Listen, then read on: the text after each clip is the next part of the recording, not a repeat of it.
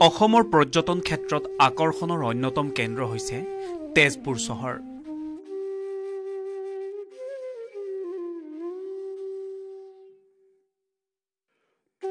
প্ৰাকৃতিক সৌন্দৰ্যই আৱৰি থকা এই তেজপুৰ চহৰক ঊষা আৰু অনিৰুদ্ধৰ প্ৰেমৰ নগৰী বুলিও জনা যায়।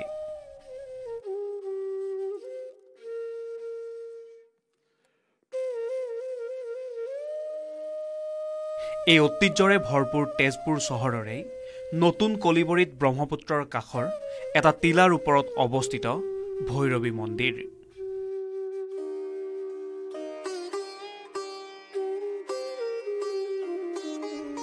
বামুণী পাহাৰৰ পৰা পূব দিশে গছ-গছনিৰে ভৰি থকা এই মন্দিৰভাগ স্থানীয়ভাৱে মাইথান বুলিও জনা যায়।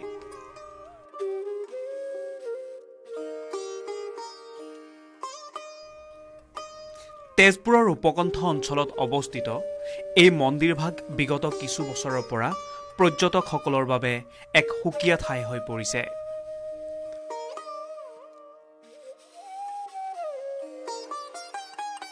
সৰ্বমুঠ 6 বিঘা মাটিত অৱস্থিত এই ভৈৰৱী মন্দিৰ নিৰ্মাণ সম্পৰ্কে একো প্ৰামাণিক তথ্য নথকাৰ বাবে কেতিয়া আৰু কোনে এই মন্দিৰভাগ নিৰ্মাণ কৰিছিল সেয়া এতিয়াও অজ্ঞাত।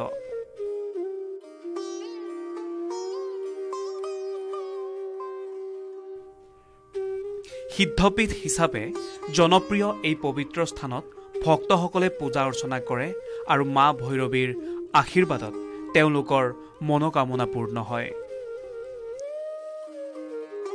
দাপৰ যুগত বানৰজাৰ কন্যা ঊষাই এই মন্দিৰ ভাগত নিয়মিত দেৱীৰ উপাসনা কৰিছিল বুলি বহুতো জনশ্ৰুতি আছে।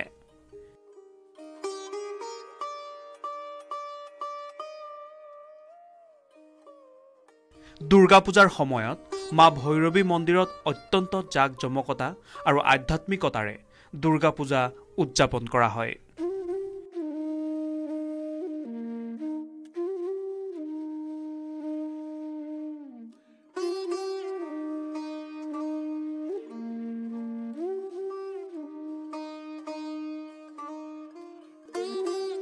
বৰ্তমান সময়তো এই মন্দিৰত নিয়মিতভাৱে ছাগলী, হাঁহ, পাৰ আদিৰ বলিবিধান চলি আহিছে।